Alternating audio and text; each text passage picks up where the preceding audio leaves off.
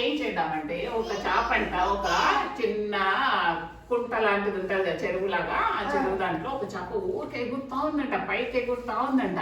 అక్కడ ఒక తాబేలు ఉందంట. ఆ తాబేలు ఏం చేసింది, ఎందుకు అట్లా ఎగురుతున్నావు, నువ్వు నీళ్ళలో ఈదాలి కదా, నువ్వు ఎందుకు ఎగురుతున్నావు అంటే ఆ పైన ఉన్న పక్షులు ఉన్నాయి కదా అవి ఆకాశంలో ఎగురుతున్నాయి రంగురంగులుగా, అందుకని నాకు కూడా ఎగరాలనిపిస్తుంది పక్షిలాగా అనేసి ఇది ఎగురుతానికి ప్రయత్నం చేస్తా ఉందంట. ఎగురుతుందా చేప ఎప్పుడైనా? ఏం చేస్తుంది చేప? నీళ్ళల్లో ఈదాలి కదా.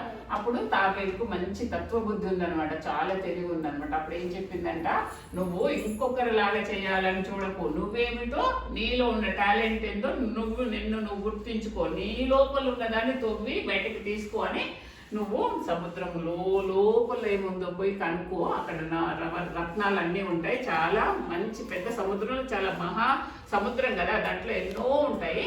అదేంటో లోపలికి వెళ్ళి సముద్రంలో ఉన్నదాన్ని నువ్వు శోధించి దాంట్లో కనుక్కో, కానీ నువ్వు పైకి ఎగరాలని చూస్తే సచ్చి ఊరుకుంటావు, నువ్వు అలా చెయ్యకు, నువ్వు సముద్రం లోపలికి వెళ్ళితో ఇంకా ఎక్కువ నీలో ఎంత టాలెంట్ ఉందో చూపించుకో అని అది ఎవరో తాబే చెప్తుంది.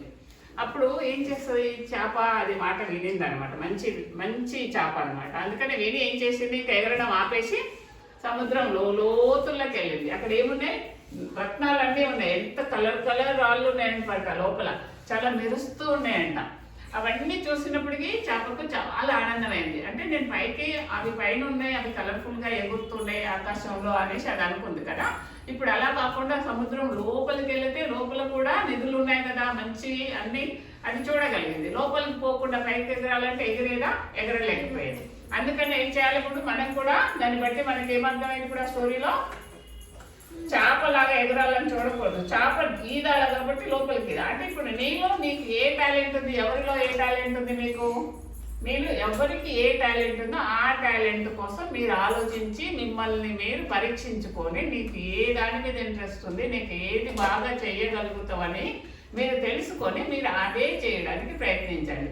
నీ పక్క వాళ్ళు ఏదో చేస్తున్నారు అది నేను చేస్తా అనేసి పోటీ పడి నీకు రాని దానికోసం ఎక్కువ టైం వేస్ట్ చేస్తే ఏమవుతుంది, కింద పడిపోతుంది.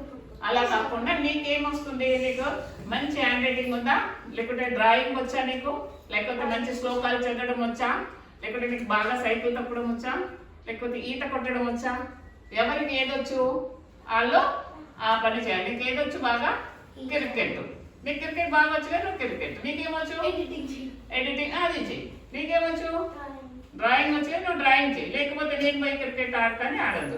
నీకేమొచ్చు బాగా, నీకు పెయింటింగ్ వస్తుంది, దాని మీద ఎక్కువ కాన్సన్ట్రేట్ చేయాలి. నీకేమొస్తుంది నాన్న, ఏమి ఇష్టం నీకు,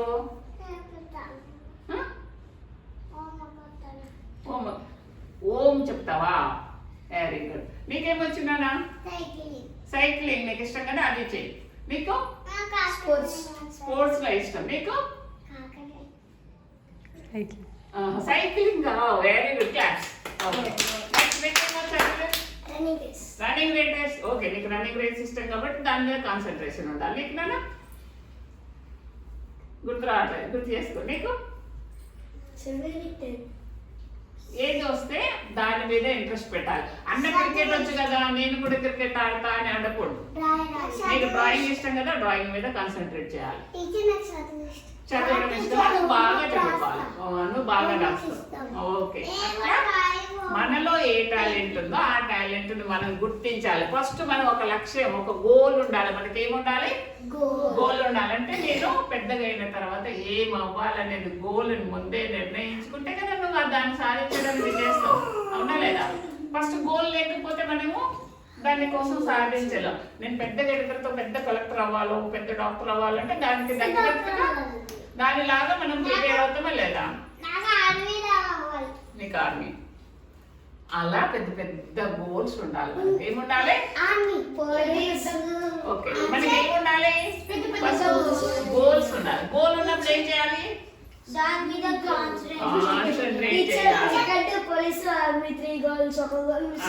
ఫస్ట్ గోల్ ఉండాలి. గోల్ ఉన్న తర్వాత దానికి ప్రయత్నం చేయాలి. ఓకేనా, పెట్టుకుంటారా మీరు ఇప్పటి నుంచి గోల్ నిర్ణయించుకుంటారా? Okay, done done done.